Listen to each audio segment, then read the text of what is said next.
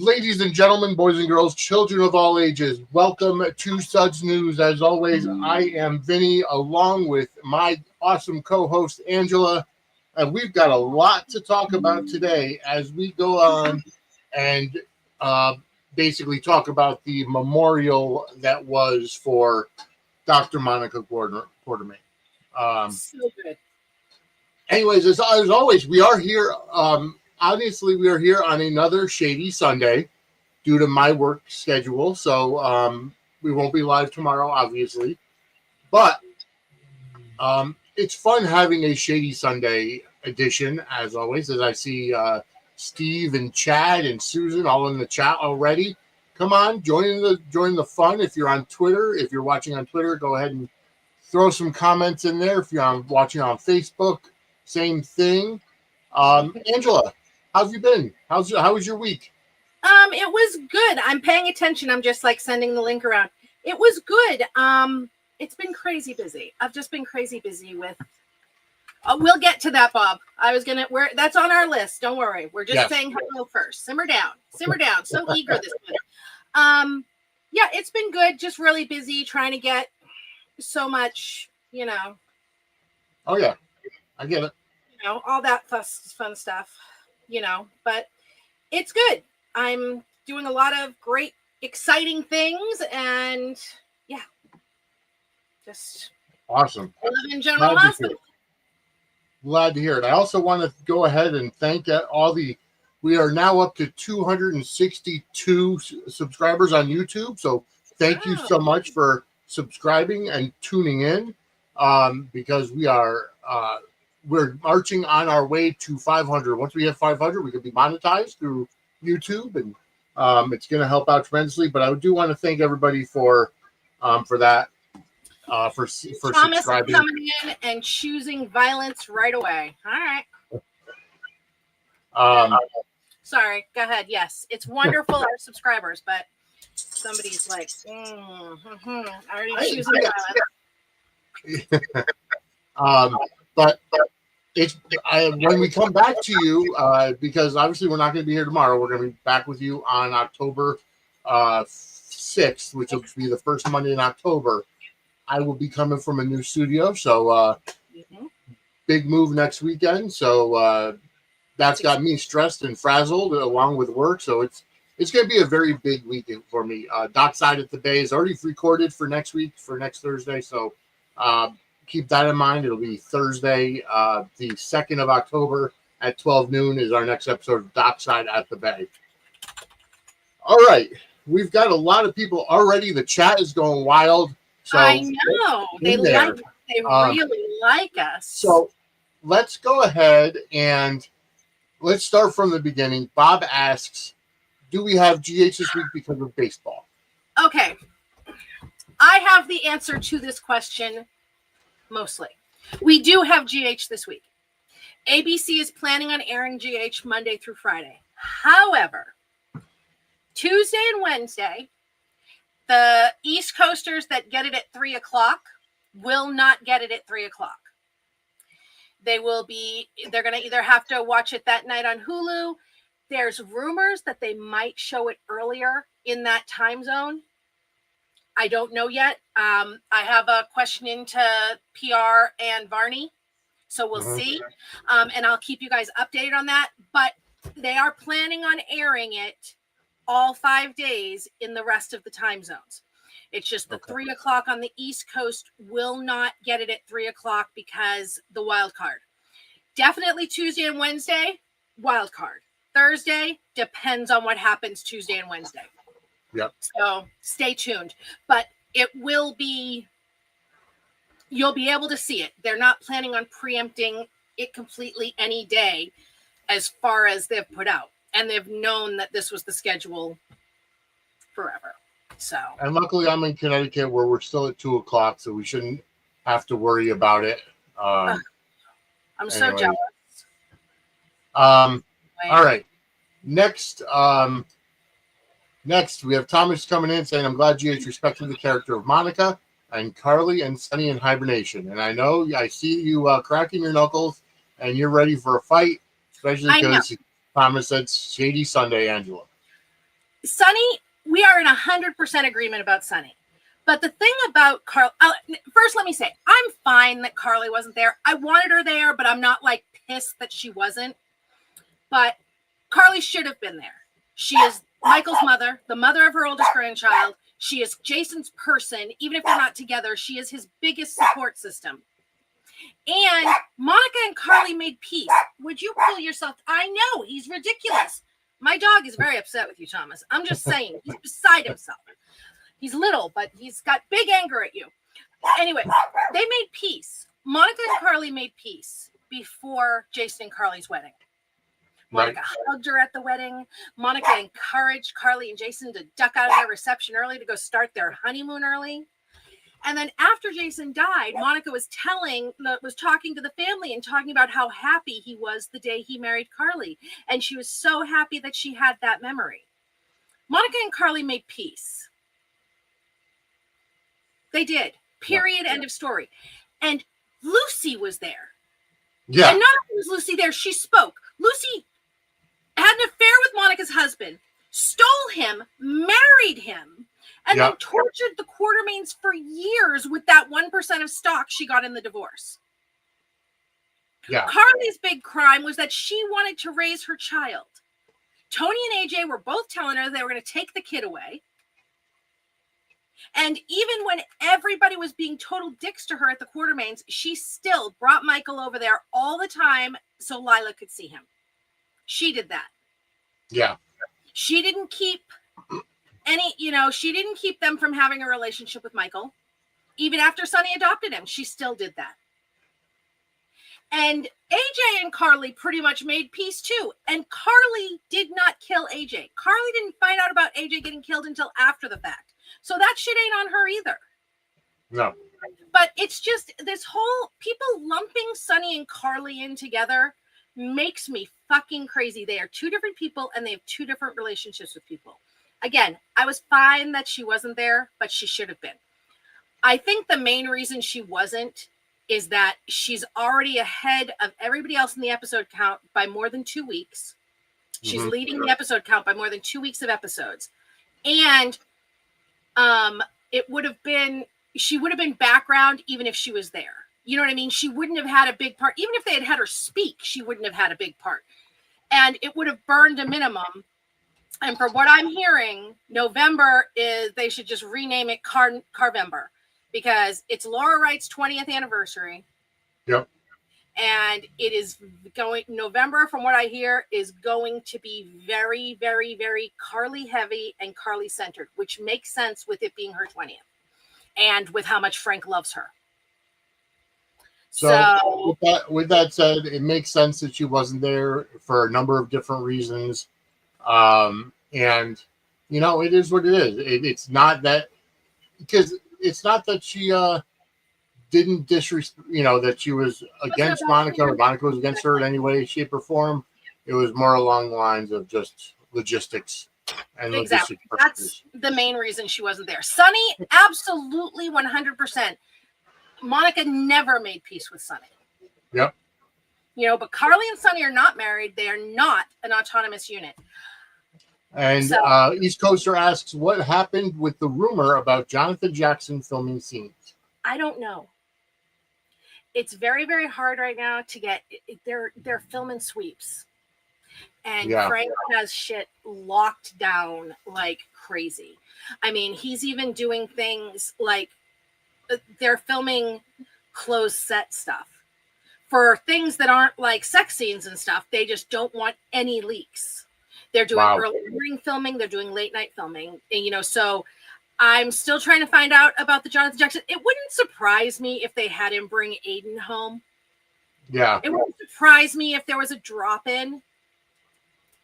I think they should just go ahead and recast him, but I don't I don't have the money quite yet to buy ABC, Disney, GH. Someday I will be the one calling the shots, but not today, so I can just hope. Someday we will rename ABC Broadcasting Suds and Squirt Circle Media. So right, exactly. Susan asked, do you know why Yuri was there? Yuri being a background actor and exactly. Stuff. It would have been, again, they would have, I think that Yuri would have made sense too. But again, it's somebody they have to pay. And it's also possible because with recurring actors, they don't have to come in if they're asked because they're not under contract. He could have been out of town. I don't know if he lives in LA. I don't know if he has family. Right. You know what I mean? We don't know. He might have been asked, but he couldn't make it work with his schedule. He could have been filming something else. There are a million reasons. And I just think while it would have been one that, oh, yeah, that's nice, it wasn't something that they're like, it must happen. Yeah. So. Thomas also comes up with, they did set up Leslie Weber being sick. So that might be the next one in the, and poor GH, they've lost 3 iconic characters in a matter of 8 months. More than 3. Because also, I mean, Tristan Rogers, Monica Quartermaine, Chris, Leslie Weber. Chris, who played Rick Weber, Leslie and Leslie. You know, I mean, it's been insane. But I'm not 100%. I mean, I think they're going to kill off Leslie. I'm just not sure they're going to be. I'm not 100% sure that they're going to be. Yes, Chris Robinson. I was like Robertson, which is also what I do with my stepmother's maiden name because her maiden name is Robertson, and a million times I've said Robinson. And she's like, I've been married to your father for over 30 years. Can you knock it off? And I'm like, no, I just can't. Sorry. And I'm not being a dick. It's just I can only store so much memory, and GH history takes up more of it than her maiden name. I mean, it's possible that they're going to do something for a small thing for Leslie, and that could also be why JJ would show up because I think he would come back for something like that. You know, just a small whatever for him or for her. We'll see. I mean, Leslie hasn't been on the show in a long time too, so I think they should. The last time she was there was in the scene with Monica with Leslie Charleston. Long time ago, right? And I think the Leslie Monica Rick triangle was huge for GH, huge ratings winner, huge triangle. And I think that I think it would be nice for GH to honor her with something. I'm just not sure they will. They might say that, she died and her family, and they'll have, Laura and Lulu and the kids go see, go have a funeral over in France. Yeah. Well, either way, let's kind of move on because let's get into the news from GH. But before we do want to let everybody know that this episode is powered by W Energy. Go over to w.gg, use promo code Suds Media for 10% off your promo. Tonight, I actually did something really cool. Is I used my W Energy powder in a SodaStream seltzer water, and I'm doing one of their flavors, which is Galaxy Grenade, Watermelon Guava, and Lime Explosion. So check that out if you could see it. That is one of the powders, and check it out, wdubby.gg. Use promo code Suds Media for 10% off your purchase. And it is jitterless caffeine from the coffee fruit extract. That's where they get it from, and it does not give you the jitters. And believe me, I can tell. But bottoms up, folks. Not bad at all. I was just about to take this would have been fun for you guys. I was just about to take a hit before we started from the pot vape pen my daughter gave me. And then she messaged me and asked me to pick her up from work after the podcast. So I was like, damn it. Because I do not, if I'm going to be driving, not a touch of alcohol or anything like that. So I'm like, sadly, maybe another time. Maybe during the podcast. Maybe I'll do the podcast-a-thon stoned. Maybe not. Maybe. We'll see. Well, I'm fun. Either way, we did have a really great week of episodes of General Hospital. Obviously, they were tearjerkers. Give Jane Elliott the Emmy right now because she was on fire all the way up until Friday. Just the way that the character of Tracy was so vulnerable. She didn't want to talk during the ceremony. She didn't want to talk. And then here comes Drew, kind of just right out of nowhere with a big entrance in a wheelchair, and he comes up, and then Tracy's like, "No, you are Drew Kane, and you are not Monica's son." And she wheels him right out.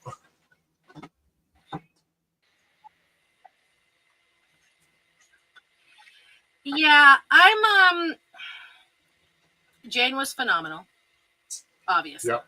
I agree, Chad. Jane was phenomenal. But I'm going to say something very controversial right now.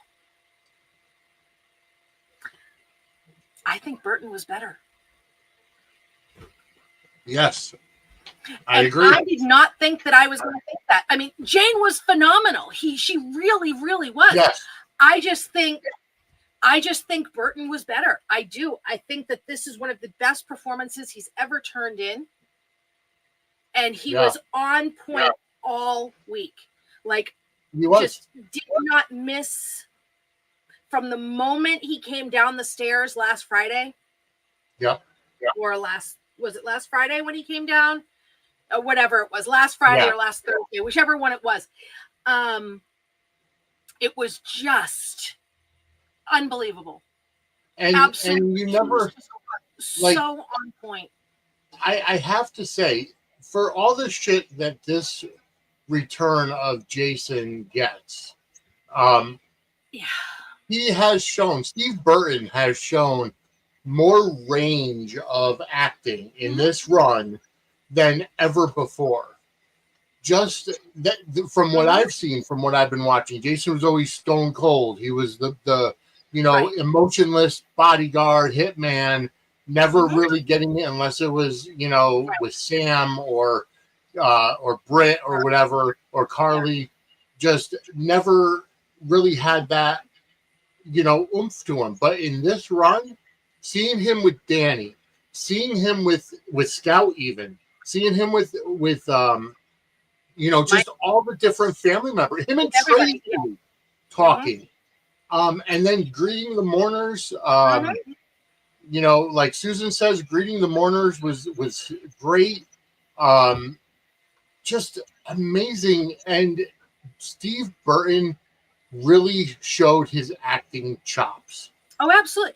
And, the thing is that I will never say that Burton cannot bring it. I would never in a million years say that, because I have seen him bring it many, many, many, many times over the years.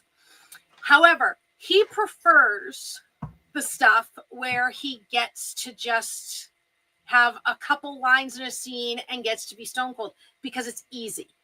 So he does prefer that kind of stuff, and he prefers the action. But he will, if he is invested in a pairing or a relationship, he will bring it in vulnerable scenes or tender scenes. He will also, what we have called since the 90s, Burton out. If it's something that he doesn't want to do, if he's something that he's not invested in, you absolutely know it.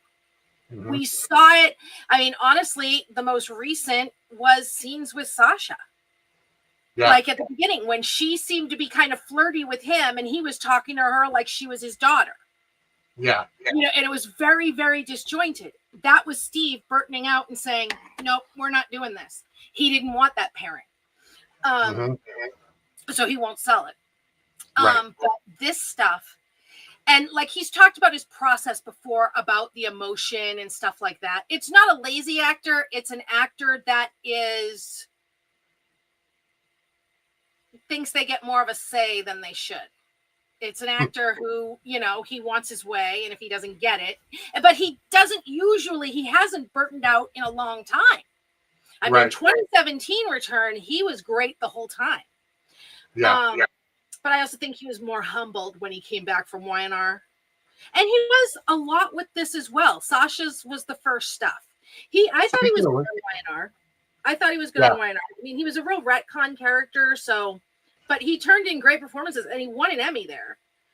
But with, he's talked about his process about getting into the headspace, because he's one who, he said he can't cry on command. Laura Wright can, Finola Hughes can, and this is him saying it. He can't. He has to put himself in a place of emotion. But what he said with this, he didn't have to do that. It just became very, very easy for him because of his relationship with Leslie. And it showed.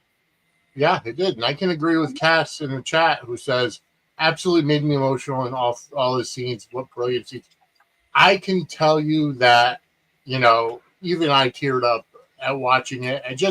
And that's one of the things is that when you see somebody who doesn't normally get emotional, be emotional, it affects you more. At least that's what it for me. It affects me more because of that fact. And there are a lot of actors that could cry on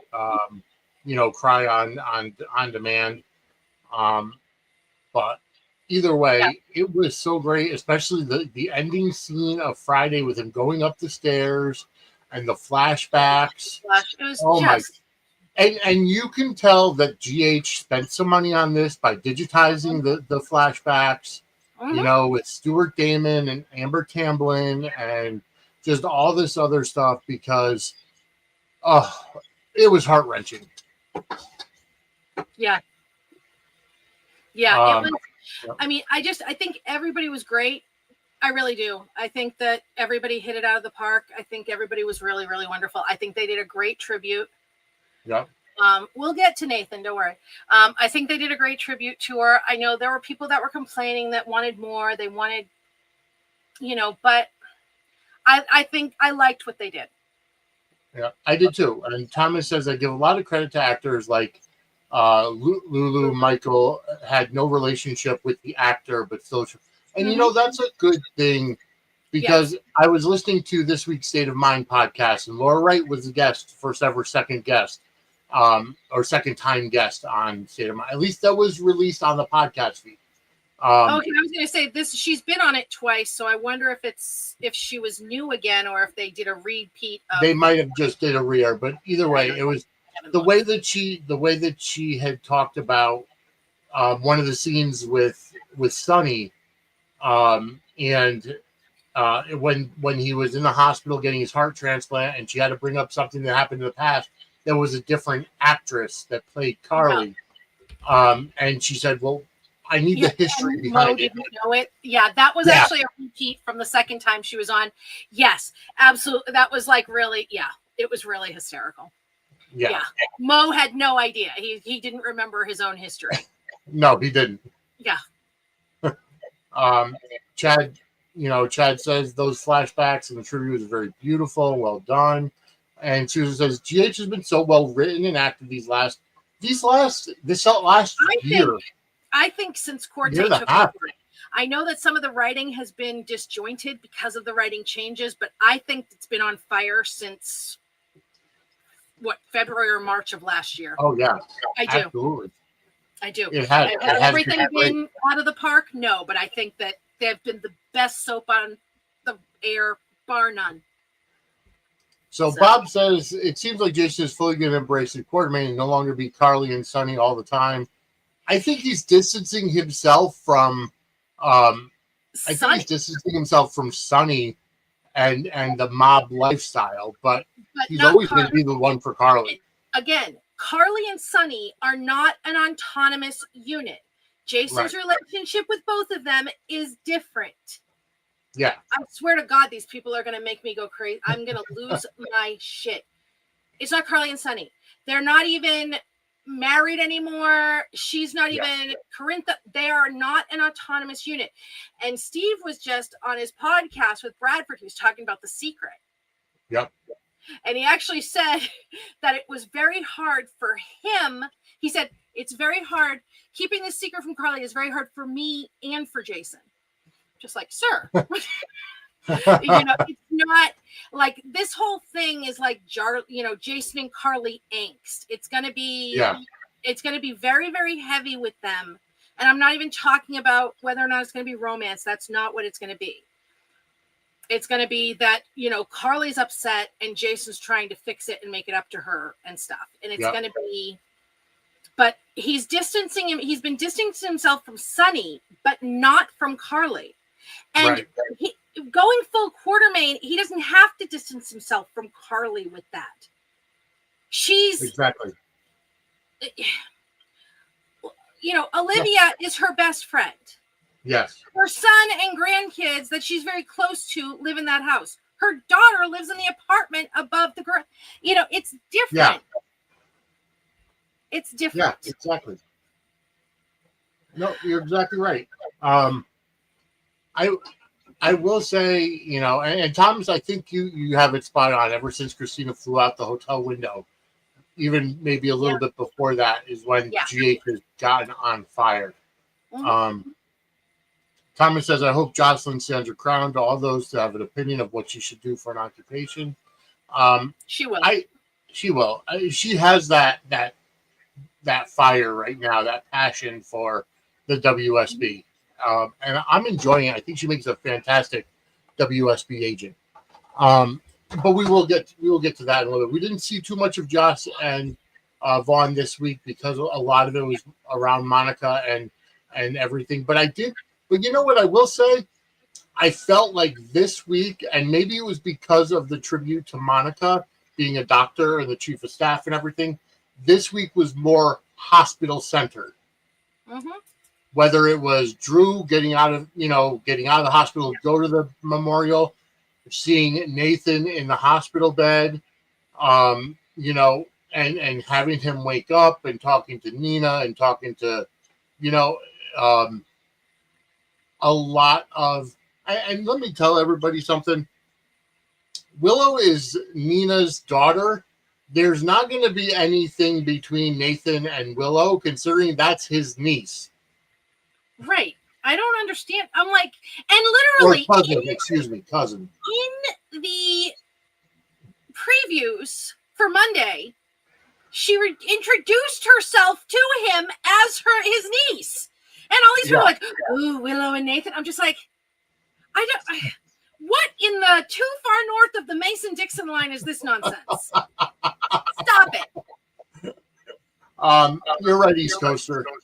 The sex shaming of Joss needs to stop, and fans are being ridiculous. She slept with 3 people. Maxie had slept with more by this point. Stop it again. It's a soap opera. I can't. Yeah. Oh, God. Whew, y'all gonna make me lose my mind up in here. See, everybody's just pissing me off tonight. I don't even know. All right. So, Nathan waking up in the hospital room, saying that 7 years of his life is missing. Oh, the last thing he remembers was being shot by Faison. Yeah. Okay. I don't understand. Even I'm at a loss for words for this. Is he just covering? Was he in witness protection? Maybe that's his cover. I don't know. I don't know. I don't know if he's telling the truth. There's more to this story. And we found out that Ryan Peavy's on contract. Yes, we did. On Friday. I also have another spoiler that has nothing to do with this that I'll tell you guys later. Okay, perfect. Can't wait. We love the spoilers here. Yes. Yeah. But yeah, so he's on contract, so he's here for the haul. And I'm not 100% sure that he's telling the truth, or that he's a good guy, or that he's not being mind controlled, or a lot of things. And I'm not 100% sure that his arrival is going to be a surprise to Britt. Yeah, so I can understand that. I'm actually wondering if Nathan is Britt's boss. I was wondering that too. It's possible. I'm not 100% sure, but we'll see. Also, I have to give props to Cynthia Watros. Her scenes with him when she first saw him, she was amazing. And she hadn't worked with him before. Right. So, Dante was mind controlled, and actually, he tried to with Jason, and so was Drew. Yep, and East Coaster, it's 5 years ago, I think this month or this week, that Liesel,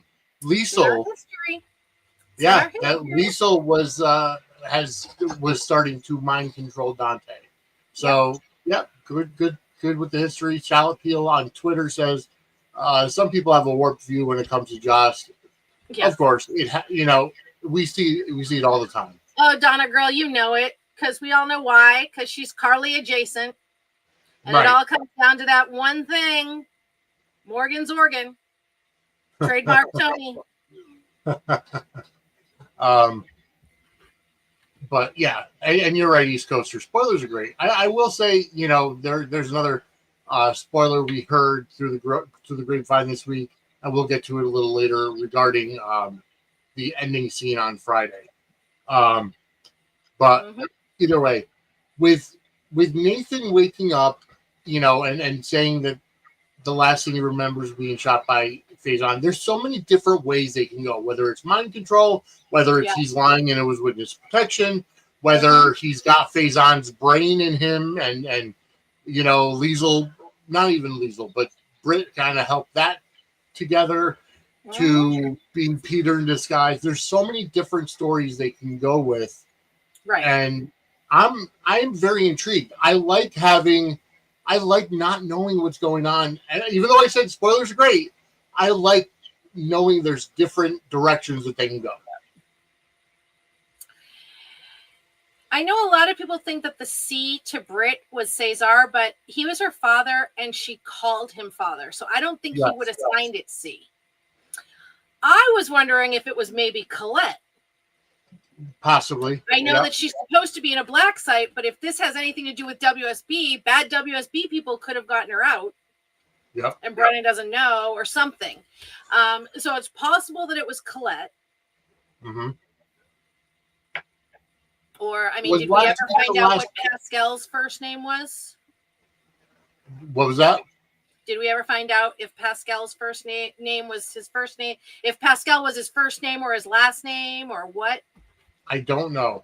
Yeah. I'm not sure. I would assume Pascal is the first name, but that's just because of Italian, and that's my uncle was Pasquale. So so we don't know who the C was. Right. So it's a good mystery. East Coaster asks, is Kirsten Storm heading back soon? We don't know. Well, she had said, so the official was that that she was not going to be back until early next year. She had also said that it was possible that she would come back to filming in November or December, depending on things that were going on that I'm not going to talk about here. She's told some fans, she hasn't released it totally publicly, so I'm not going to talk about it. But depending on things that she has going on, she might be able to come back earlier, but she hasn't said that yet. Right. So, yeah. So it remains to be seen, but either way, and I love Kirsten Storms, but right now, it's like, you can't miss me if you don't go away. So, I love the character of Maxie, but give her a break, give some time. Let's focus on other stuff, because to be honest, the constant struggle of deception between Maxie and Lucy was just, I don't know, it was getting a little stale in my opinion. So, give Maxie some time off, let her go in her coma, and then we could kind of pick up on that story, especially who, poisoned her. Because that'll be a good story, and that could lead to Nathan becoming a cop again or something, if that's the way they go. I don't think they're not going to. Right. They've already said they're not going to. I think that the only reason that they would is if she decided not to come back, or she couldn't come back right away when they had already planned her to. But they said they weren't going to, and I don't think they should. I kind of like the idea of Nathan getting to know James on his own without the Maxie complication. I think that could be really interesting. Yep. Nathan of it all with James without the added Maxie stuff. But we'll see. But they're not recasting her. They've already said that. So there won't be a Maxie this year unless Kirsten Storm's coming back early. Exactly. So and folks, I do want to point out, if you're looking at my hat, it's a Suds and Squared Circle Media hat, one of our pieces of merchandise that we do have available at merch.suds-media.com, which brings you to our Threadless page. So check that out. And we do have shirts, we have hats, we have mugs, because I'm using an official Suds and Sports Circle Media mug as well. So check that out. Merch.suds-media.com for all your merchandise stuff. And help us out. Steve says, where does it leave Spinelli? Well, who knows? We don't know. I mean, he's still here. I mean, there's still Georgie and there's still the little one. So, and I don't think. Well, I'm not sure Cody will really have a whole hell of a lot to do. I mean, he'll have something to do with it because he's Max's brother. I mean, but just the fact that James has bonded with Cody so well. East Coaster asks, how will Spinelli and Cody factor in the Nathan return? That's pretty much the only thing I could see, is because Cody and James have bonded so much that now James is gonna have his father back. Right. And that poor little kid, like within a matter of a month, he has his mother go into a coma, and now his father is back from the dead. The father who he never met. Exactly. Because Maxie hadn't had him yet when Nathan died. And by the way, I guess we could actually consider Ryan Pavey a friend of the show, considering he did follow us on X. So he did follow our Suds Media account. So he is a friend of the show. If that's really him, because his the display name is misspelled, but he's also been tagged by Frank Valentini and the official GH page. So I'm assuming that's him. Chad chimes in and says, as much as I'll miss Naxie, I agree it'll be good for James and Nathan to get to know each other and reestablish his sibling connection with Nina. I've been kind of waiting to see Willow meet her uncle. Well, Steve, I mean, he was declared dead, so him and Maxie aren't. Well, Sonny was declared dead too, and they had him legally declared dead. Yes. And they said that him and Carly were still married. So I think that's going to be that him and Maxie are still married. Daisy, are you joking? Why are people... Are they punking me? Daisy says, I'm thinking Britt and Jason might be endgame. I really don't think so, because I don't think that Steve Burton actually wants the Britt pairing with Jason. And all signs lead to Kelly Tebow being upset about something. So it's a possibility that could be it.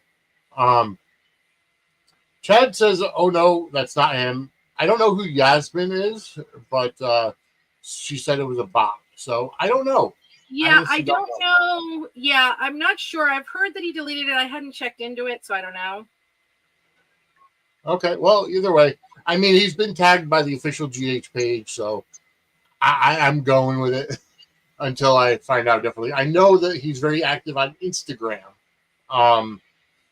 But anywho, I'm really intrigued to see where this story goes, because I'm enjoying it.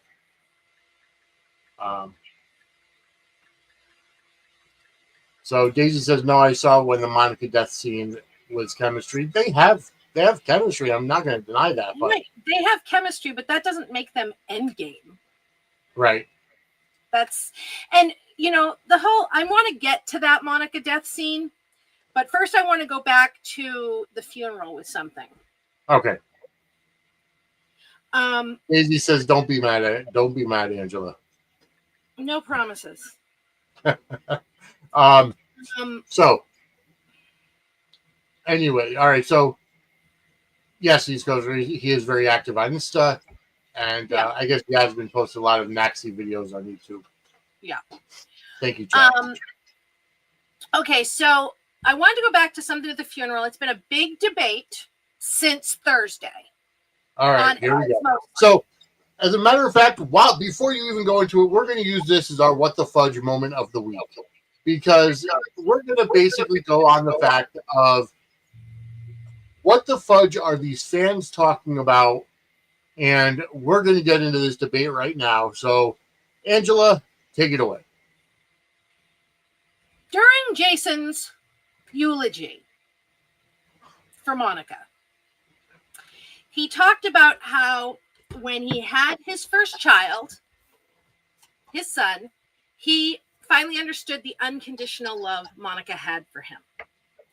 Now, when he said this, Steve Burton turned his head, looked directly at Michael. Rory. Yep. The camera went directly to Michael.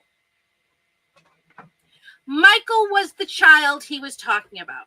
I know that Michael is not Jason's biological child. I know that. But to Jason, Michael will always be his son, will always be his firstborn child. He has said it numerous times on screen. Mm-hmm. In 2020, in 2017 and 2020, he said on screen that being Michael's father was the best thing that ever happened to him. He has always maintained that he will always look at Michael as his son. It's not an insult to his other children. He's not saying that that's his only son. That's not what he was saying. But the son he was talking about during that eulogy was Michael. And if it had been Jake, Liz was sitting right there. They could have had him look at her and the camera go to her. And Liz even said Michael was his son. Exactly. So. Everybody knows this. Yeah. And I understand that the Jason and Liz fans, look how nice I am. I didn't even use my hater name for them. I understand that they have so very little for their fan base right now. They only have that firstborn child biologically. And they cling to it with both hands. Right. But the history is the history is the history. And the fact of the matter is there are a few things here. One, Michael is the only child that Jason got to be a father to as a baby for various reasons. He didn't get to be a father to Jake as a baby because Lucky was. He didn't get to be a father to Danny as a baby because him and Sam were together at first. They didn't know the baby was his. They thought the baby was dead. And then the night him and Sam got back together, he died. Yep. So Michael is the only child that Jason ever got to be a father to as a baby. Michael's first word on screen was Dada to Jason. This matters to Jason. He will, even though, and like at one point he was having an argument with Sonny once, and Sonny was like, Michael's my son. And he yelled at me when he's my son too. Always. And people are they don't have to accept it. It's fine. They can continue to be delusional. But you really just look stupid. Nobody is saying that he's not Jake's father, that he's not Danny's father. That's not what he's saying. Even points out he's not saying he doesn't love Jake and Danny. But Michael was the first baby he ever loved. Yep, exactly. To Jason, Michael will always be his son. And that was who Jason was talking about in that eulogy. Stop being stupid. Chad says, I was paying attention here, and even I saw the camera panning to Michael when he said that. It was intentional. Jason raised Michael. Jason has loved and protected Michael. Right. Yvonne points out Steve was even glad when Rory's friend told him that Jason was basically Michael's father. And a few podcasts ago, Spinelli was like, well, you're Michael's godfather. He went, no, I was Michael's father. Yeah. And he is AJ's biological son. And Jason does not deny that. But, right. He's not Monica's biological child. Yeah. She's still, you know what I mean? Michael is his son of the heart. That's just how he is. And I know that he said that, and him saying that he regretted keeping Michael away from the Quartermaines is not him saying that he regretted being Michael's father. Right. It's two separate things. Yes. Completely. Yep, so exactly. You guys, not you guys, but the general idiots who keep doing this stupid shit. And folks, that was our What the Fudge moment of the week, brought to you by What the Fudge Homemade Confections. If you're in the New Haven, Connecticut area or plan on traveling through, go ahead and go to whatthefudgect.com or go to facebook.com/whatthefudgect. and check out what flavors you might want to check out. They have their newest flavor, pumpkin spice, along with multiple other flavors, peanut butter chocolate, chocolate lemon, which is my favorite. If you're an Italian in New Haven and you don't and you understand the chocolate lemon pie reference, that's what it tastes like. But there's so much more out there. Birthday celebration, chocolate with walnuts, chocolate without walnuts, multiple different. So check it out again. What the Fudge homemade confections, whatthefudgect.com or facebook.com/whatthefudgect. It's made in a cottage kitchen, so she can't ship. However, if you're in the area and you want to do a drop by and you want to pick up some fudge, reach out. The fudge is fantastic. All right. So, looks like moving on. Bob says, I guess we were right. Portia has a life. I'm assuming That's my pregnancy. spoiler. Oh, okay. Well, then we might as well get to it. Yeah, Portia has a bun in the oven. Yep. Portia's pregnant. They're doing a Who's the Daddy? Between Curtis and Isaiah. And Curtis and Isaiah. Yep. Portia is pregnant. All right. So that was the spoiler. And I mean, the math isn't mathing on this. Right. Because she was already a doctor when she had Trina. Yes. But hey, you know what? Modern old. medical miracle, alert the Vatican, all good. But soap ages never math together when they have to. Exactly.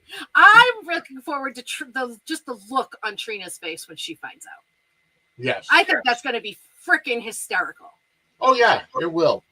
Yeah. It will be hysterical. But then again, I mean, it's going to be a very similar age gap to Jocelyn and Donna,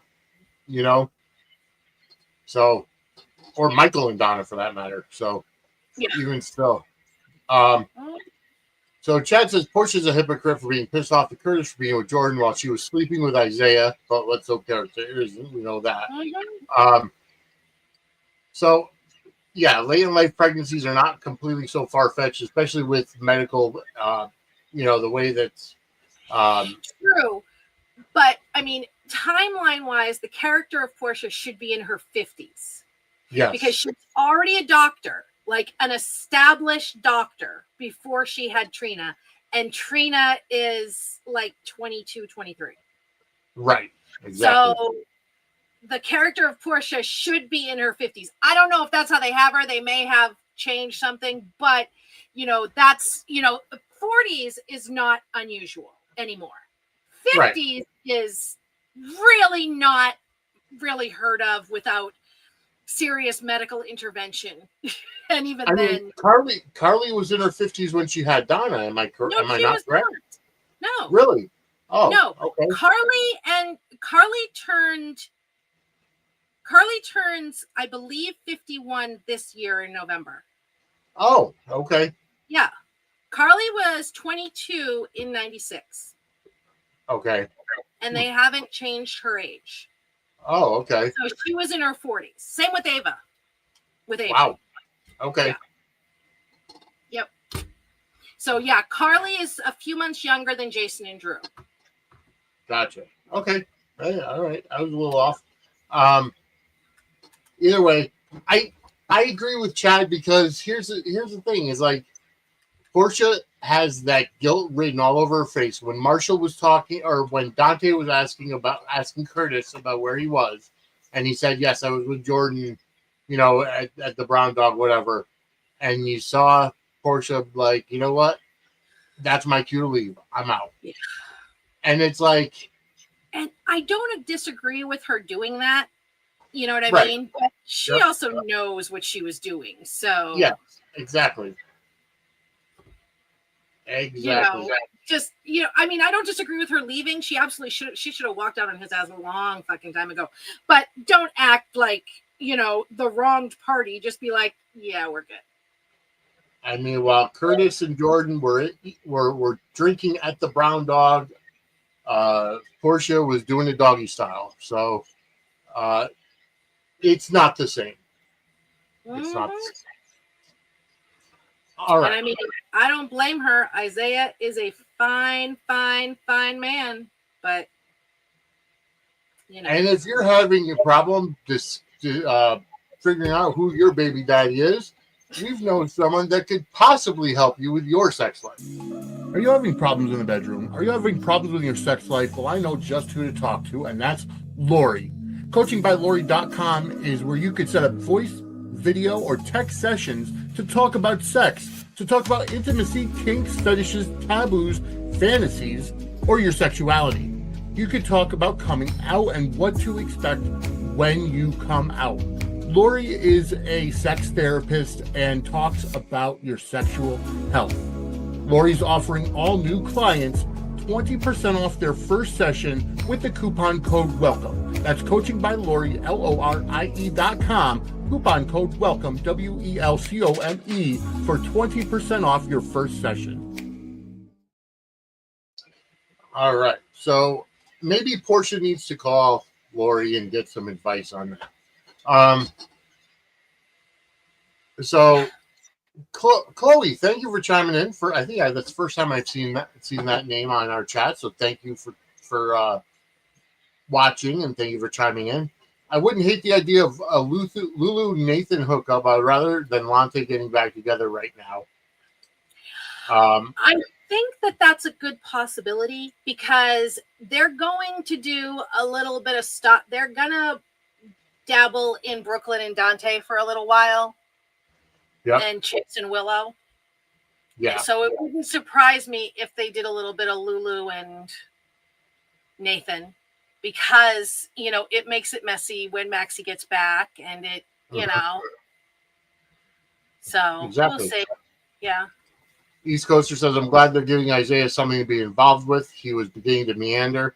And that's the truth. I mean, sometimes, we see it all the time with Elizabeth. She's kind of just a plant on set. Like, she's just there as background scenery, and Isaiah, he came in just about a year ago. He came in hot, and now I'm glad that he's actually got something to sink his teeth into. And this entire thing is going to be fantastic, because not only are you going to see the divorce between Portia and Curtis, but you're also going to look at the lack of closure between Jordan and Isaiah once it comes out that Isaiah and Portia were sleeping together. Mm-hmm. So it's going to be great. Chad, Nathan and Lulu, my ship brain can't process, but on a soapy level, it's messy and stirs things up. The ship name, I don't go with those ship names. What about Luna? I mean, you could go with Luna, I guess. I mean, of course, when I think about Luna, I think of Luna Vachon, WWE Hall of Famer, but that's just me. I hate those portmanteaus of names. They haven't said, I don't think. No, they haven't. Daisy asked, is Isaiah related to RJ Gannon, and who is from All My Children, I believe. So nobody's ever actually said anything about it. So we're not sure. We're not sure. But I'm glad to see it. I want to see the great scenes where all these four characters, because they could all go. Portia, Brooke Kerr is fantastic, number one. Mm-hmm. And we know that, Donnell Turner can go. And even Jordan's portrayer, who I can't think of her name right now, Tanisha Harper. Mm-hmm. And then, even Isaiah's portrayer, just fantastic all around. And I'm glad to see them have a great, story with the black characters thank you, Chad, with the black characters in Port Charles. So it's good to give them something to chew on. Yes. East Coaster, we know all about Luna on Bold and the Beautiful. and she is a lunatic. Yeah, but that's Bold and the Beautiful. It's okay. Yeah. Okay, so we have to, we talked about Jane Elliott earlier. We have to get to the end of Friday's episode, and Jane Elliott, in typical Tracy fashion, comes out and sees the door to the Quartermaine crypt open, and she looks in. She sees somebody in there admiring the, plaques, and she says, "Who the hell are you, and why are you trespassing in our crypt?" And turn around, and it's a familiar face with a new character. Erica Slezak finally made her debut on General Hospital as Veronica Bard, which is Monica's maiden name, Bard. Yep. Yep. And from what I understand, she's being called Ronnie. Yep. She filmed for 3 weeks, and she filmed a lot. Yeah, because she's already offset. Yes, she just finished up filming. But I think we're probably going to see her through November. I think she's a scammer. We'll see. Yep. But she's going to try to lay claim to Monica's house. But since she's not staying, I think that kind of, exactly. It's great to see her in there, and there's a lot of discussion. My mother was upset that she's not Vicky Lord, but or Vicky Buchanan or whatever her last name is at this time. But you know what? Knowing that Jane Elliott pitched the story kind of allows me to be like, you know what? It's going to be good no matter what. Mm-hmm. It is. And I really see she was great as Vicky. But what does it matter if she was Vicky? Right. Why would that be great? You know what I mean? Characters like Vicky are great and stuff like that when they're around their people. Right. You know what I mean? So I kind of like her as a new character instead. If they're if they were bringing back One Life to Live and they were using this as a soft launch or something for it, that'd be something different. But correct. Yeah, I am. I like that she's not. I agree. I like that she's there. I'm going to enjoy it no matter what. And just the introduction, because the way she turns around and says, "You must be Tracy Quartermaine. I've heard so much about you." Chad says, "I saw the name of Erica's character by accident on the end credits. I just don't know if she's a sister or anything like that, but what claim would she have since she's a bard?" Well, if it was Monica, to be Monica's sister, and I have a feeling there's going to be tomfoolery with Monica's will. I think this is a scam. I think the whole thing is a scam, and I have a feeling that there's going to be like a fake will or something that says the house is hers. I just think that it's going to be tomfoolery.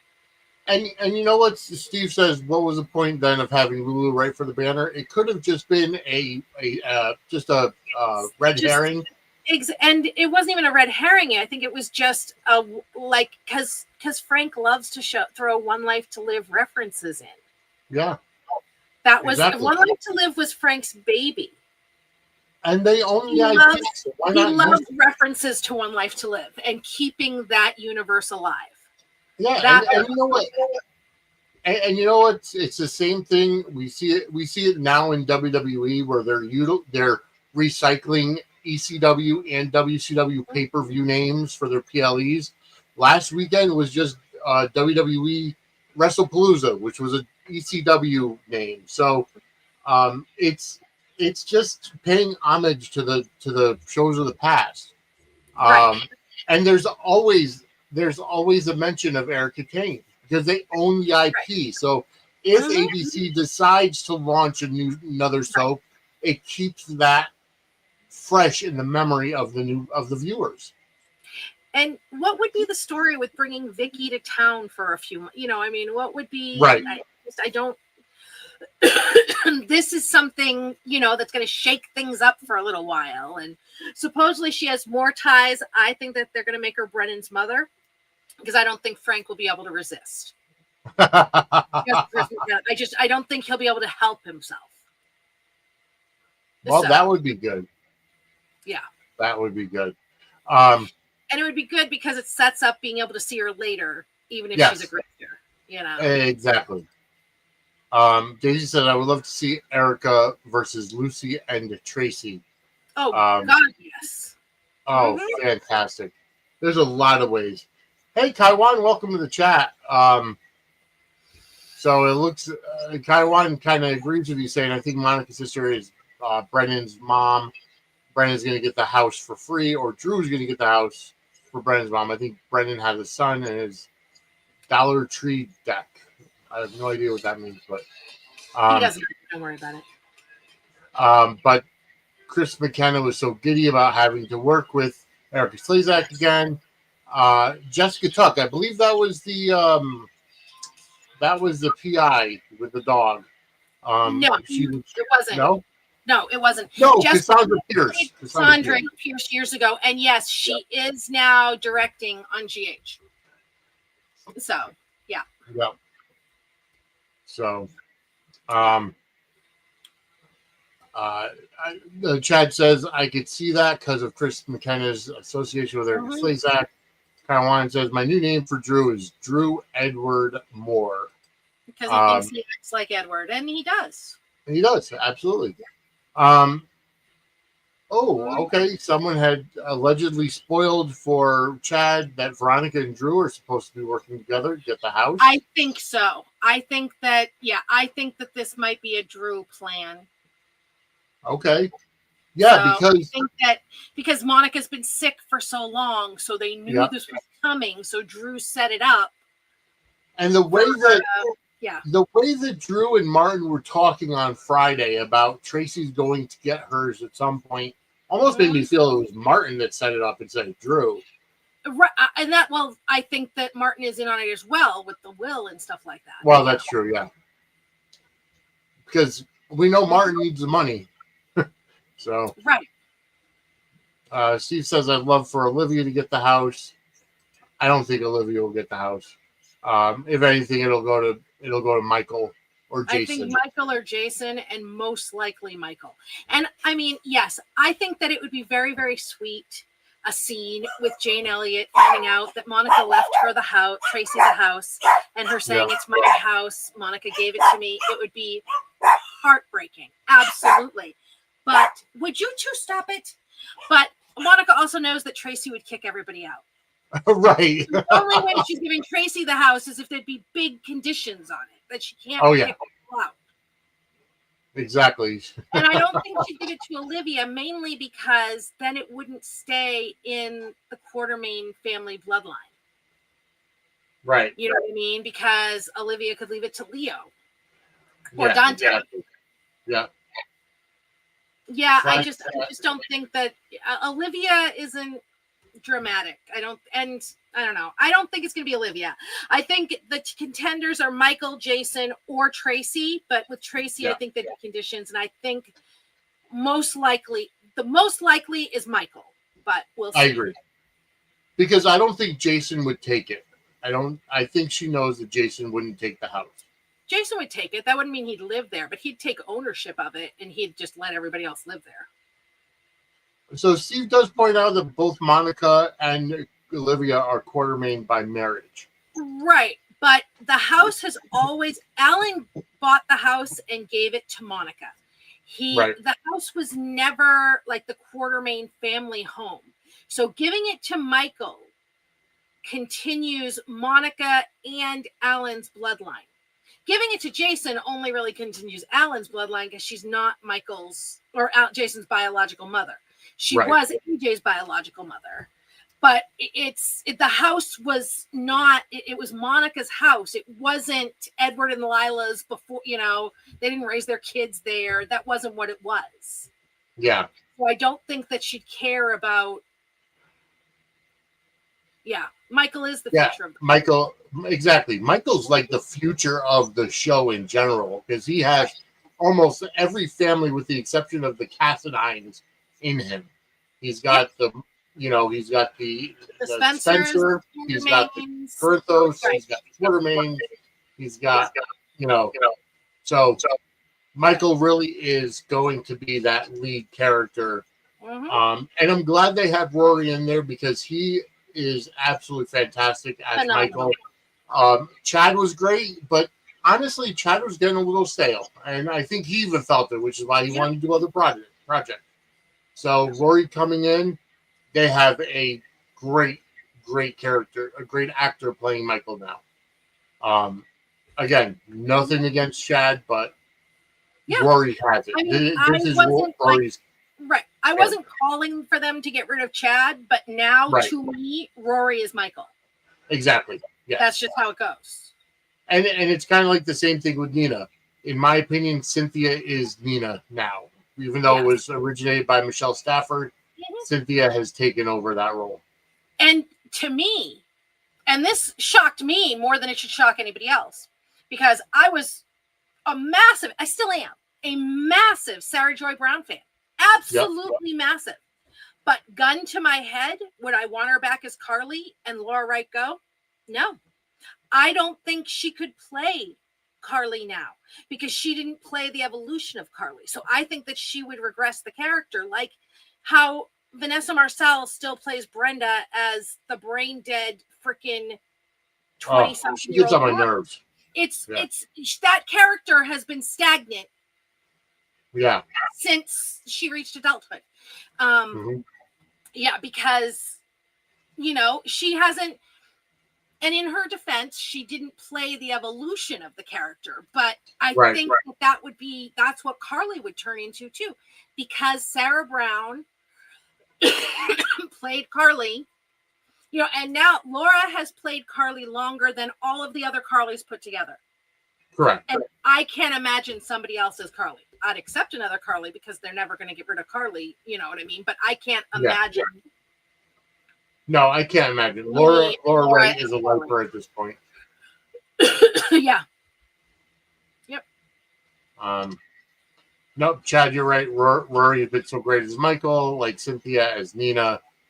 Rory is Michael. So, and Kaiwan, we join you in saying rest in peace to Monica. So, and to Leslie, thank you for entertaining us for all the years and decades that you did. Yes, exactly. Just phenomenal, and just the fact that they showed so many highlights, which is great. The fact that they had, the same character, the same actors. Obviously, Amber Tamlin wasn't the only Emily, but regardless, when it came to Stuart Sammon as Alan and Monica, wasn't Emily. And even the scenes with Jane Elliott, younger scenes with Jane Elliott as Tracy. I don't think Rory will submit for lead actor, but we'll get to that in a second. And did you know that Leslie was not the first Monica? I knew that. I heard that. Yes. For a very small amount of, Well, wasn't Monica a child when the show started, and that's why they sourced her, or it was just? No, it was. Oh, okay. No. Gotcha. Okay. No. But with that, since we're talking about history, we might as well get into our DeLorean because we are about to go. We're sending you back to the future. We're going to get into our DeLorean, and I'm going to turn it over to Professor Angela for today in General Hospital history. Okay, so we go back to September 23rd. It's 1981. Monica confronts Alan and tells him that she knows all about Susan and Jason and tells him that she's going to divorce him and fight for full custody of AJ. In 1994, Ned tries to explain his lies about Catherine to Lois and who he is. 2016, Paul confessed to Tracy that he killed Sabrina. Yep. And in 2022, Diane was attacked by the Hook Killer. Wow, that was 3 years ago already. Yep. September 24th, 2004, Helena put a curse on Nicholas and Emily. In 2013, Morgan and Ava hooked up. 2020, Carly told Jason and Sunny that Jack saw what happened at the cliff with Nell and had convinced her not to say anything. Mm-hmm. And in 2021, Nina told Sunny she would never forget the memories they made in Nixon Falls. And again, I say you had one damn job. September 25th, 1992. Jason asked Karen to wear his varsity sweater, and Robin decided to give up on her crush on him. In 1995, Stone sadly told Robin that his T-cell count had gone back down again. In 1998, Jason and Robin moved out of the penthouse and cottage hell started. In 2009, Spinelli stopped his wedding to Maxie to tell her that while he loved her, he couldn't marry her. That was their non-wedding. Mm-hmm. In 2015, Sam told Jake Doe about her wedding to Jason on their anniversary. And in 2024, Sidwell wanted to play a game of cards to determine if Holly, Lucky, Jason, and Anna, which of them lived. September 26th, 1996, Nancy Lee Grahn debuted as Alexis Davis. In 2002, Jax and Sky got married, and Brenda thought about her own wedding to Jax, and Louise prepared to kill Jax. In 2017, Ava promised to help patient 6 escape the clinic. Yep. 2019, Sam killed Shiloh. In 2024, Anna and Jason kissed. September 22nd. which threw Twitter in a frenzy. Oh, God. Yeah. September 27th, 1985. Frisco's planned to go undercover went awry when Yank's brother Che was run over and killed. 1994, Lois had a great confrontation with Catherine. In 2002, after marrying Sky, Jax was shocked to come face to face with Brenda.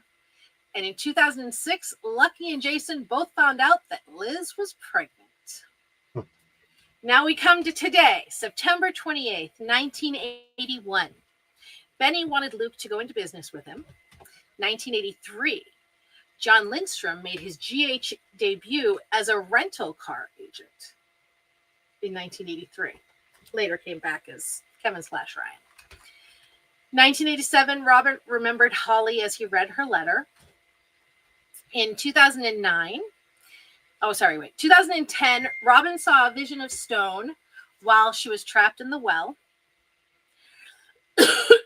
2021, Carly confronted Nina about keeping Sonny hidden in Nixon Falls. Mm-hmm. And that was I remember how Jason came in just in time to snatch her away.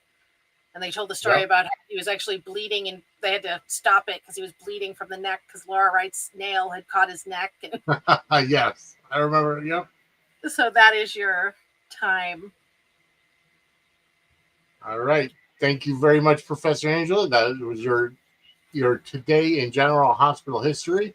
And it looks like we have another historian in the chat, East Coaster, saying that Erica Slezak did not originate the role of Vicky on One Life to Live. That was originated by Gillian Spencer, who played Nina Cortland's mother on All My Children. And also Gillian Spencer introduced his split personality storyline of Vicky on One Life to Live. See, this is all stuff that I did not know. Now, I wanted to go back to, he said that Rory would submit for lead actor next year at the Emmys. I don't think he will. I think lead actor next year is Burton's category. I think he'll submit for supporting. I do not think he will submit against Burton. I mean, the show could submit him, but even then, I think they'd submit him for supporting rather than, I mean, I agree that he should be in lead, but I think, that they've been saying that about Asher for like 3 months now. I don't think it's true. I haven't heard anything about that. So yeah, I haven't heard anything about that either. I don't know. Other than just literally saying it for months, and I haven't heard anything about it, and he's still there. I also don't know why he would have to leave to deal with ADHD. Right. I mean, for example, all he has to do is go on State of Mind and talk to Maurice Bernard about, mental health. Right out. Mm-hmm. Yep, exactly. But I'm just saying, Ritalin, if Adderall can fix me, it can fix anybody. But you know what? The thing is General Hospital has been fantastic. This week has been great. We really didn't see much outside of, like I said, outside of the hospital setting. We did see Felicia go over to the stables and talk to James with Cody there. But and you're right, Steve. He has been on State of Mind. I agree. I remember that episode. I was kind of being facetious a little bit. But Felicia going over to the stables to talk to James about just whatever, and Cody saying, "Yeah, you can gallop and get ready." And I love the way that Cody has such a great relationship with James. It's great, and I like that James is.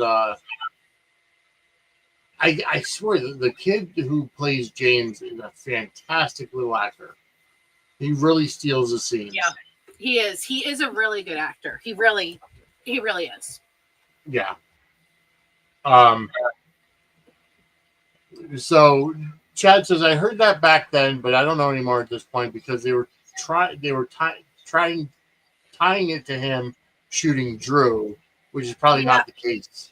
Yeah, I don't know that they're going to have a kid shoot Drew, but I mean, we'll see. I mean, if he was leaving to deal with his ADHD, you would think that would be something that he'd have to leave with quickly if it was at the point where he had to leave the show for it. So I don't know. Yeah. I think it's just one of those things that, it's just like every other post, every other day we're getting a post about how Laura Wright's marrying Wes Ramsey. So, or that she did. And by the way, folks, that brings me to something else. I don't know how I get these notifications because I've never even subscribed to the channel on YouTube. There is a YouTube channel out there that I swear every single day posts Young and the Restless Star dead or General Hospital star dead. I'm so sick of those people that they do that shit and then it's just for engagement and it's so fucking, these are real people. And trust me, I report them to YouTube every single day for misleading headlines, misleading news, because I will never stoop to that. And as you can tell, yes, there are times where for our titles I'll use some clickbaity headline, but it still goes with the storyline of the show.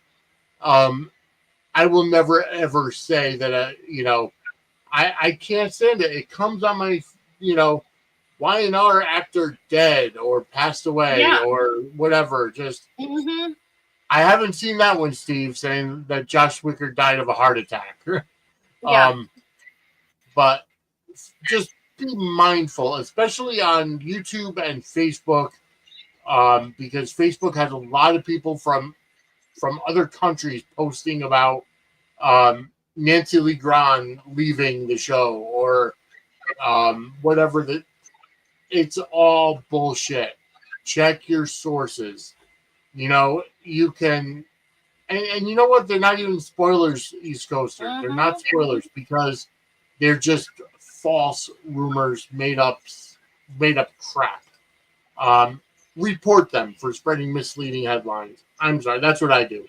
And I've yelled at YouTube because it's garbage. It's garbage. Yeah, it really is. I hate that shit. So, just know that, when you come to us, we may not know everything, but you know what? We'll tell you what we do know, and we'll tell you, and we'll admit when we're wrong. But yeah, check your sources. Because even I've, gone to some of these wormholes that just are just garbage. Anyways, can we just give some props to Wally Kurth?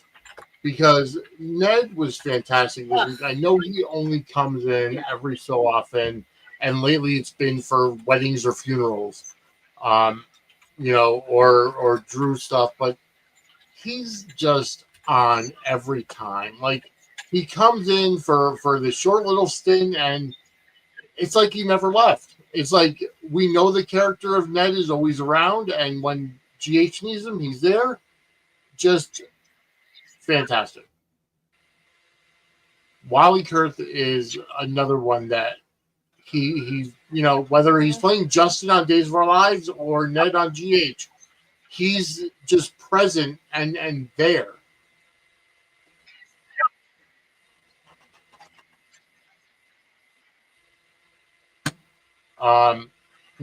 East Coaster says my heart he was beats every phenomenal. time And again, he's another one who had a very Yeah. He's another one that had a very long history with Leslie. They worked together for so long. So Yeah. And Monica and Ned were close. They were. I liked the little aside scenes from the affair. Saw. Right, of course. I like the little scenes we saw like between Olivia and Dante, where Olivia let all the staff have the day off, that it was only going to be family, and then Dante comes in to help her serve the hors d'oeuvres, and she's like, here, start with the bacon wrapped figs, and those are Gio's favorite.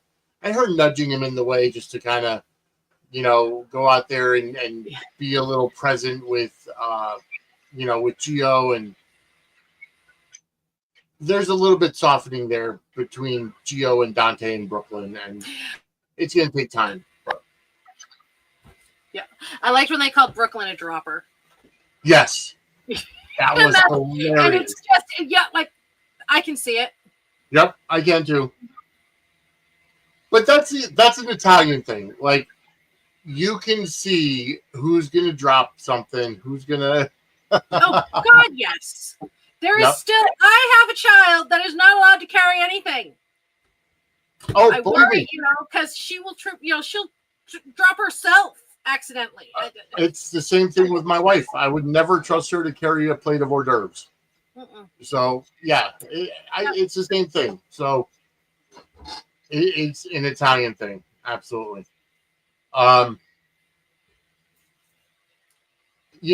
East Coaster, saying it's time for Brooklyn, Gio, and Dante storyline to rev up and conclude. I like that there's a little bit of just angst and it's a slow burn. I don't mind it because the poor kid thought for his entire life that he had one mother, and finding out that his parents weren't his parents and everybody lied to him his whole life, and that's a lot to take in. And the fact that they're keeping the angst there for the entire crew, I'm okay with it because that's more realism. Well, Gio makes a decision this week, and I kind of wonder if he's going to move back into the mansion. Oh, okay. Yeah.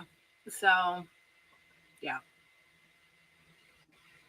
But either way, folks, this week was just emotionally draining, and I know we talked about Monday on Monday's episode of Suds News, but I'm enjoying it, and GH has been on fire, and I say that every week, but it's the truth. And I think we've kind of covered just about everything because this week was all about hospital stuff. I will point out. Oh wait, we didn't talk about Britt and Jason. I was just going there. We have to talk about Britt and Jason. Oh, okay. Yep. I was just going there. I like that scene because Jason comes in and Britt's like, "Are you here to fix the window?"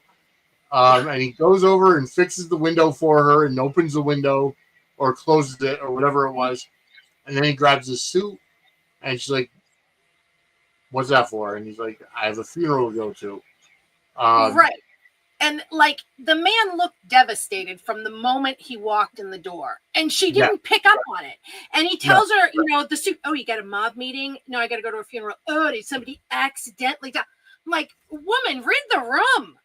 Yeah. Like, totally did not. I was just like, I'm sorry. If they are building an actual romance for them and not just what I think it is, they are doing it very weirdly. Yes. Because just for her to exactly. That was one of the biggest things where she just put her foot in her mouth because over and over and over again. Exactly. And then not even a hug for the poor bastard. No. Not even a hug, not even just not even It like was- like really, like seriously. It was just, it's almost like the roles were reversed, Mhm. because normally Jason's the stone face, emotionless person, and Right. this was more Brit doing that. Right. Like, what happened to all of the evolution of the Brit character? She's like reverted to the Brit, Right. which I know that, that was what made her popular, but then to have that arc of becoming more personable. Well, they had said, like, Steve and Kelly, sorry, her name escaped me for a second for some reason, had both said back in 2021 that they redeemed her and they cleaned her up to Right. pair her with Jason. That was the only reason they did it, which is ridiculous to me, because why does somebody have to be cleaned up to be paired with a hitman? But they did it with Sam, they did it with a lot of people. The only one they haven't done it to is Carly, because she can be as messy as she wants and she still gets her Jason. So, but another one with the Madonna whore complex. But yeah, they're really, I mean, she is absolutely the Britch. And it's not, I've heard the theories about how she was only so bad to Lulu because she was so upset about getting that medication and she wanted to protect Rocco by pushing him away, or having Lulu keep him away. But the thing is that she was a bitch to Lulu at the hospital before she got that medication. And she knows that, she's not like, it's not like she's trying to hide in Port Charles. People know she's there. So if there was danger, she brought it to Rocco anyway. And she was also a bitch when she was alone in the room, bitching about the sheet thread count and how Jason didn't put her up somewhere nicer. So I think this is just her character. Yeah. So, and the thing is that this was when Brit was most popular, was when she was a bitch. She was a love to hate. Yeah. And she was entertaining as that. When they tried to redeem her, they just made her whiny and pathetic. And you can redeem somebody without making them whiny and pathetic, but she didn't, or can't, or I don't know. Right. And speaking of Brit, and this is something that, and Steve, thank you for sending me the article. I did see it earlier as well. But we had talked about how, with Brit saying that her Huntington's had been in remission, and that wasn't something real. An article actually came out just this week that Huntington's disease was treated successfully for the first time in a gene therapy trial. Right. It's not put into remission. It slows the progression of it. It's not curing it. It slows the progression. Yeah. Is what it is. They haven't cured it, but yeah. Exactly. And it's like those who have the parent with Huntington's have 50% chance of developing the disease, which until now has been incurable. The gene therapy slowed the progress of the disease by 75% in patients after 3 years. Right. This is in London. Professor Sarah Tabrizi, and I'm reading the article from The Guardian. It's phenomenal. I read it. I was so thrilled. It also said that it was like a very risky, like 12 to 20 hour surgery because they have to implant it in the brain. Yeah. It was like, it's really crazy. I mean, it's wonderful. Science is amazing. Medicine is amazing. I love it. I love them. I love the people who come up with these, that help these people, that devote their lives to coming up with these cures. And their research, it built on other research. And it's just, I'm sorry, no money is wasted in medical research. It's just not. No, you're right. Exactly. It's not. Even if they don't cure, they get information from every, research project. So. Oh yeah, exactly. And I think she was lying to Jason about it being remission because she also was talking to Lucas and said that she was on an experimental medication, which kept her symptoms at bay. Right. And he said that he didn't see that. And she's like, oh, you will. So, so she wanted all those other medications to control her symptoms, but now she has her experimental medication again. Yeah. So, yeah. Yep, exactly. So that was our medical talk for this week. But But I think we kind of went over everything. It was a great week as always. And folks, I'm sorry that we're not going to be here tomorrow night, but I do have to work. But either way, we will be back on Monday, October 6th at 8 p.m. in our normal time slot. Exhausted. Yes, I'm moving exactly. all weekend. I will be moving all weekend and dealing with a lot of stuff myself. But either way, folks, I want to thank you so much for tuning in. We have 211 people currently watching across all of our distribution channels. Go ahead and go over to suds-media.com, which brings you to our YouTube channel, and it goes ahead and subscribe. Hit that notification bell. Help us get to that 500. And don't forget, folks, mark your calendars for Saturday, November 8th to Sunday, November 9th, which will be our second annual 24-hour podcast-a-thon. This year, we're changing it to 3 p.m. Eastern to 3 p.m. Eastern to account for our West Coast fellows. But I'm going to announce this here tonight that James Law Jr. and Matt from the 10th floor, I'm sure it's going to be Matt and Cap, but either way, Matt from the 10th floor and James Law Jr. will be helping with some of the overnight stuff for our East Coast people because West Coast obviously is 3 hours behind us. But it's going to be nice to have them on the podcast-a-thon this year as well. As soon as I have an answer, real quick, before I forget this, as soon as I have an answer about the feed, the East Coast 3 p.m. feed for GH, it will be on, I will pin it to my Twitter. Okay. Hey, David, welcome. Welcome, David. Bad news, David.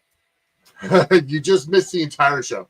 But either way, folks, keep that in mind for Saturday, November 8th to Sunday, November 9th, 3 p.m. Eastern to 3 p.m. Eastern will be our second annual 24-hour podcast-a-thon to help raise money for Samantha's friends. And like I said, I'm putting out a challenge to everybody. Last year, we raised $350 for Samantha's friends. This year, I'm challenging our audience, our viewers, to double that donation to $700. And what we're going to be doing is we're going to be collecting for a month. So starting on October 9th, which will be a Thursday, I am going to have a QR code up for people to donate to the cause for donating to Samantha's friends. We're going to donate from October 9th, culminating with our podcast-a-thon on November 9th.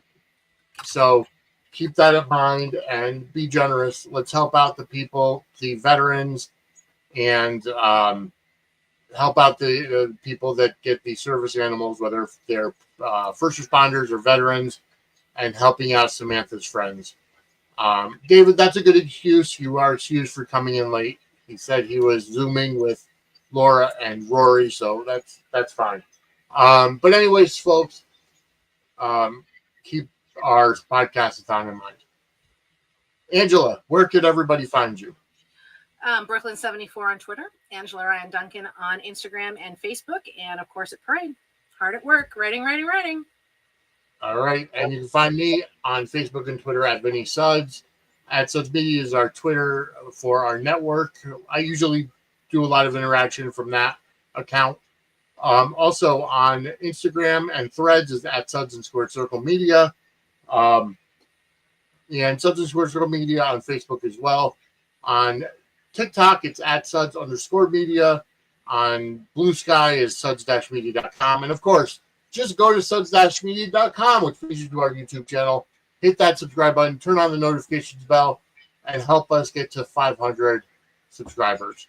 Okay, folks, we are out of time. We will be back on Monday, the October 6th, at our normal time slot.